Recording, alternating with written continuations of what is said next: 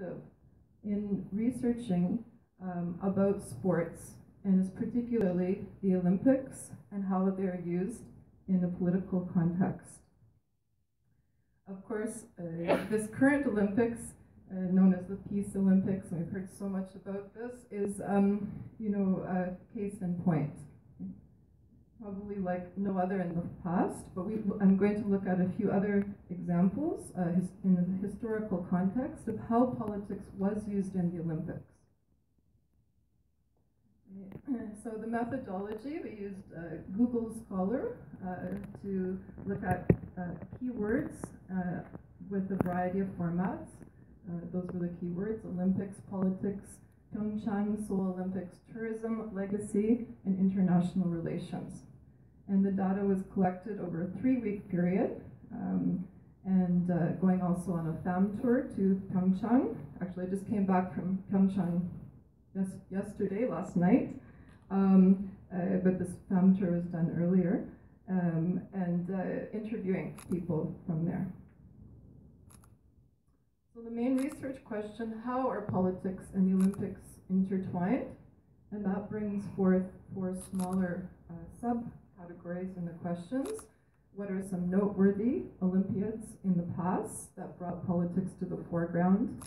And over the last 10 years, how was the Olympiad seen in terms of the political implications at the state, interstate, and international level?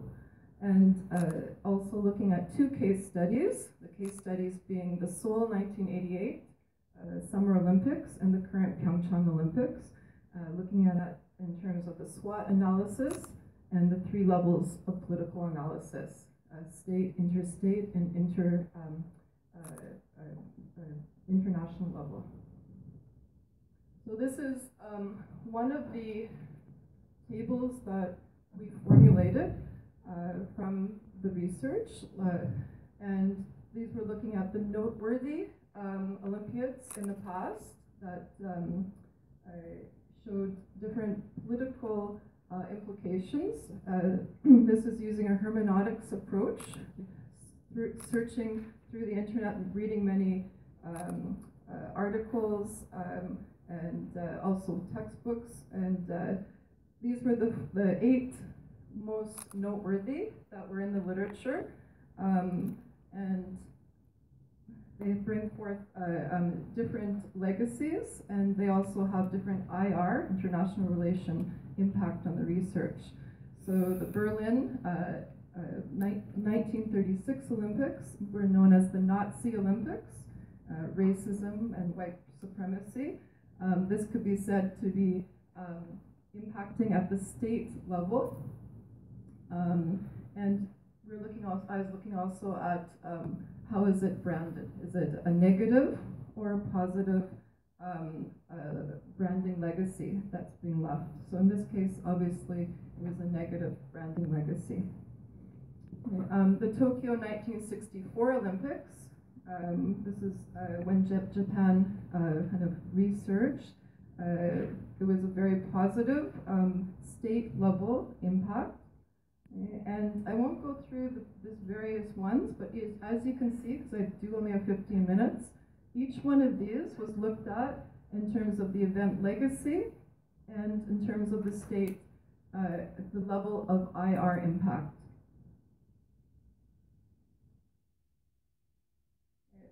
This is actually taken from another source. This is not our original. This is looking at the different spillover effects that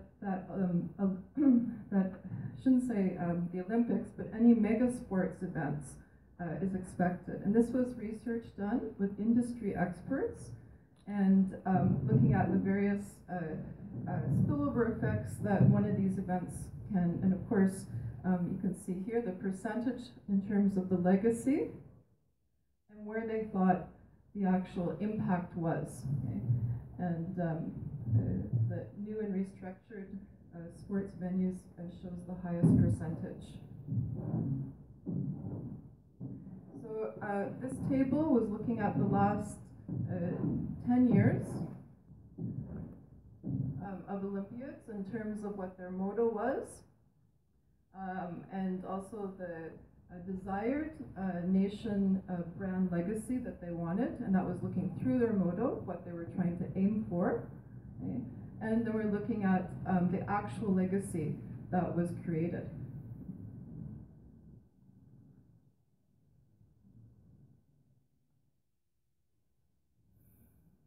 So the 1988 Olympics case study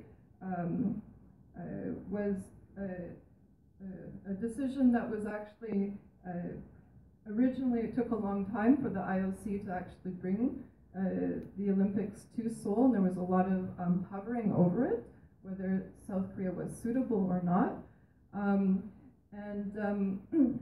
They, in terms of also they have the technical ability to host it. But in the end, they did win the bid, and the IOC first. And there was a lot of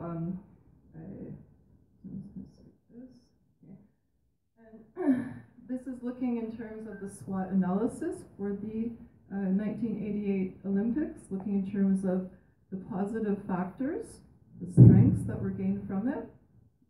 And you could see at which level these different strengths impacted.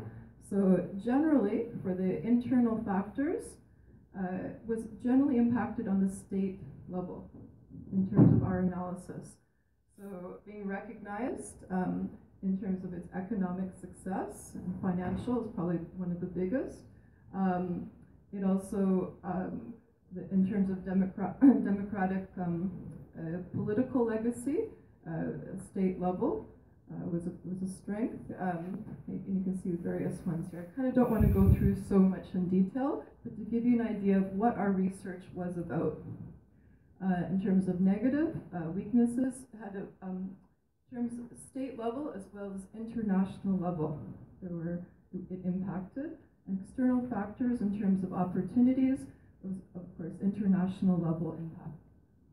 And in terms of threat, state level and international level, for example, the possibility of regional realignment at the systematic level to balance security.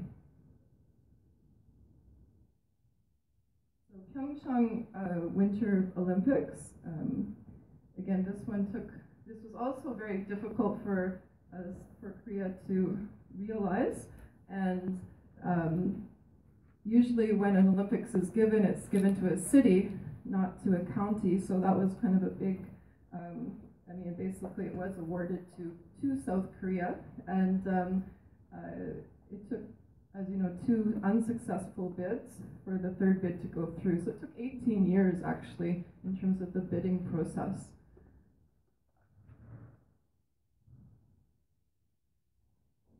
And our analysis seems as though up till now it was much more successful in terms of the concept of nation building.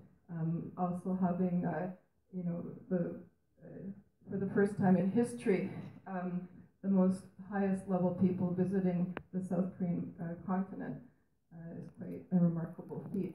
Internationally, the spillover effect in terms of, well, many things. I think one of the bigger images of the opening ceremony was probably the drones in terms of the in terms of the future in business opportunities, and just how, in terms of, I can't think of the word right now,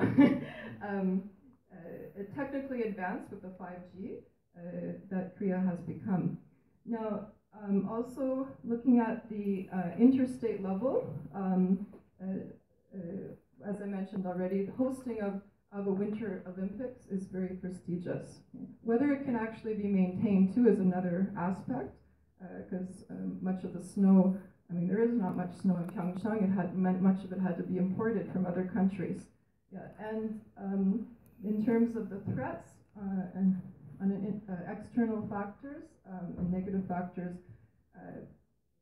this was done before the Olympics, so we were not sure, and we still don't know we don't know about in terms of terrorism. London Olympics, were kind of, their legacy is for their security. They brought in everyone because they're very worried about the terrorism, because there had been the London subway attacks just prior to the Olympics. So far, touch wood, everything is safe. And again, Pyeongchang is a lot easier to control for that than Seoul. It would be much harder. Hegemonic rivalry. Next Olympics is in Japan and the following one in China. So this is kind of also a potential, could be a potential threat in terms of interstate in the region. And also North Korea leveraging tactics.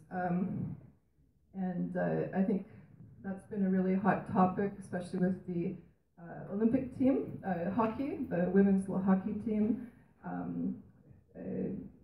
I mean, many of the South Korean people think that had all the South Korean women been allowed to play, maybe they would have done a lot better than they did. But the 12 North Korean players that had to be allowed to play maybe brought them down. So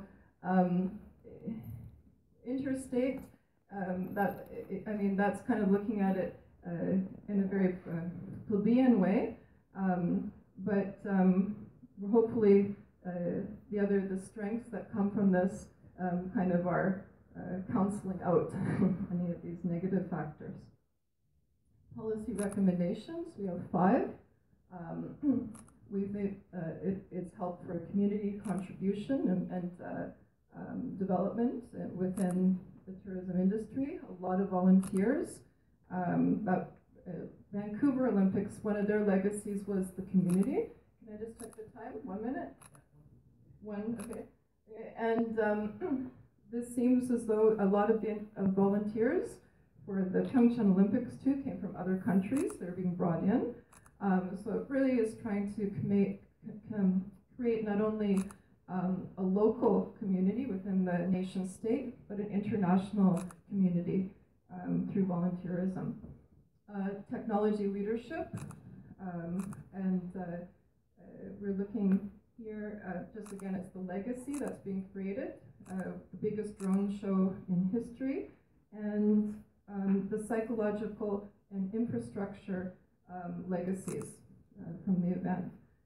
Economic post-debt is often the biggest thing with the Olympics, so policy recommendations is similar to the 1988 Olympics. We recommend that there may be an airport tax of like manon or $10 imposed on people whenever they pass through Incheon Airport. That may help to alleviate some of the debt that is surely going to come out after the Olympics is finished. And fourthly, basically this is more of a hedons that just to be aware of international media coverage and just how extensive the external media coverage can be. This is not my recommendations from my partners, so I'm just kind of reading it as it is. And also sports and interstate talks is also to be aware of the lubricant of public diplomacy, to make people want what you want. Right? I think it was Joseph Nye that is, the forefront person in soft power public diplomacy. So I think with that, I will finish. Thank you.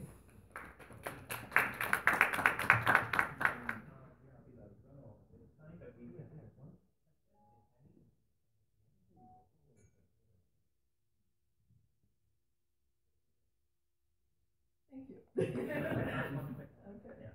Do you see there's any difference between Oh, absolutely, absolutely. Yeah. Winter Olympics is much higher stakes.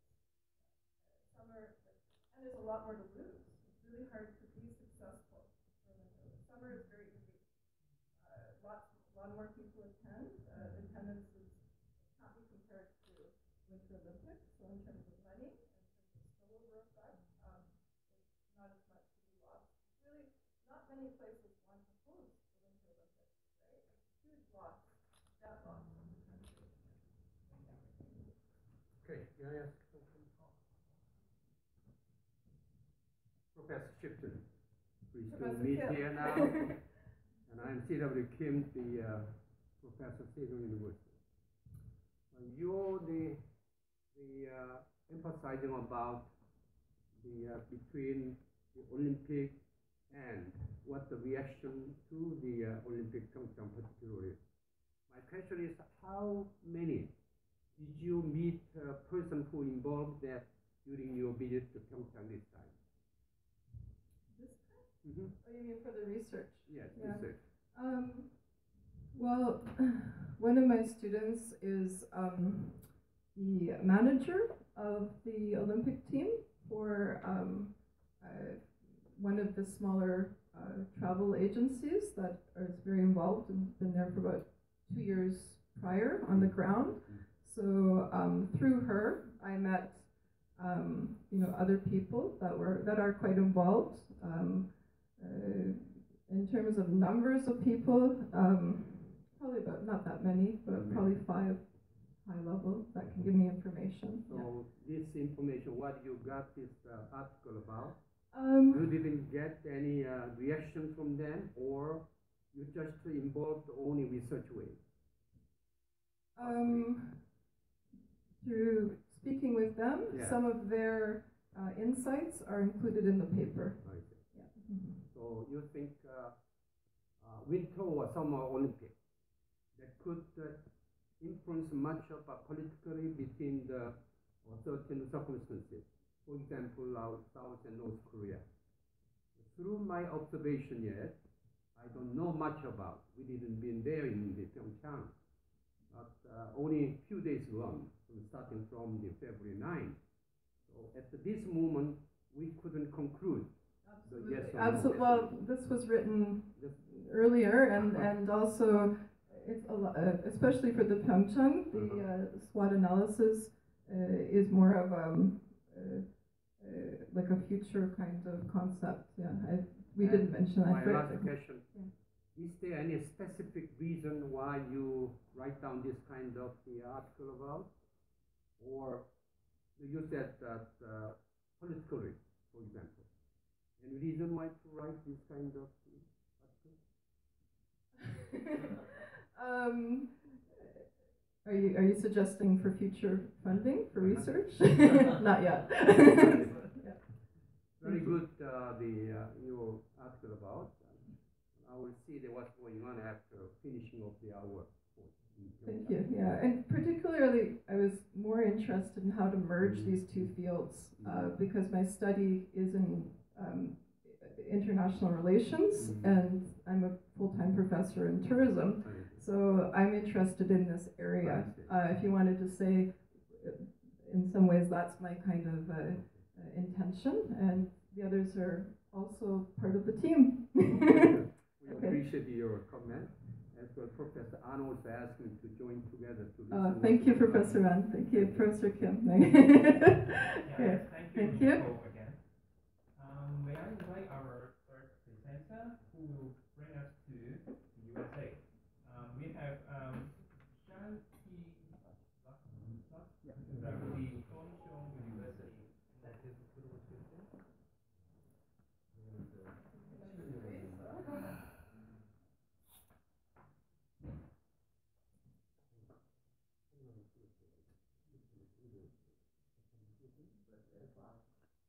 계속 좀 발표하신대요.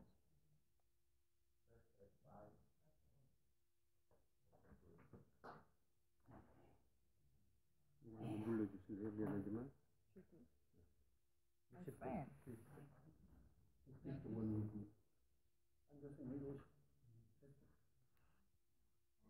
Excuse me. Outside, please. No. Here is. very good afternoon to all of you. Thank you for being here. Okay. First of all, I would like to give thanks to my team who gave me this opportunity to present this study in front of you. My name is Shaktiraj, and I'm studying in Gyeongsang University. And this research is completed by me and my professor, Mr. Kim Hong-suk, is there, and one is our student in French. He's currently studying in the United States Department of the Nutrition Department and in the University of Mississippi. So I'm here to talk about today about the online review system. How does it work? And we will discuss about this graph. So the result of this degree centrality and eigenvector centrality, as you can see, four experience has the highest degree centrality, and the eigenvector has the four experience score restaurant has the highest centrality. From these things we can say that four experience score restaurant, as I chose, high eigenvector centrality. So they are the most important ones in this graph. After this, there is the data analysis in this concord analysis. Concord actually the basic one word. Concord is the convergence and core is the converting. We have to find all that word into a together in three parts. Like the three parts are the menu, and the second is the feeling, and third is the experience. Like menu words, like in menus we can choose the food and the courses, wine. These are collectively go to the menu part. Experience can be great. Service, regarding to the word experience, go to the experience category. The third category is the feeling category. In feelings, we can worthy, peace, spatial, death. We all can connect, divided these particular words into three categories, and after that they are connected to each other. As you can see. And after that, in the final, there is a factor analysis. So, factor analysis is under the quantitative analysis. Like I can say that the result of factor analysis are performed in table number 4.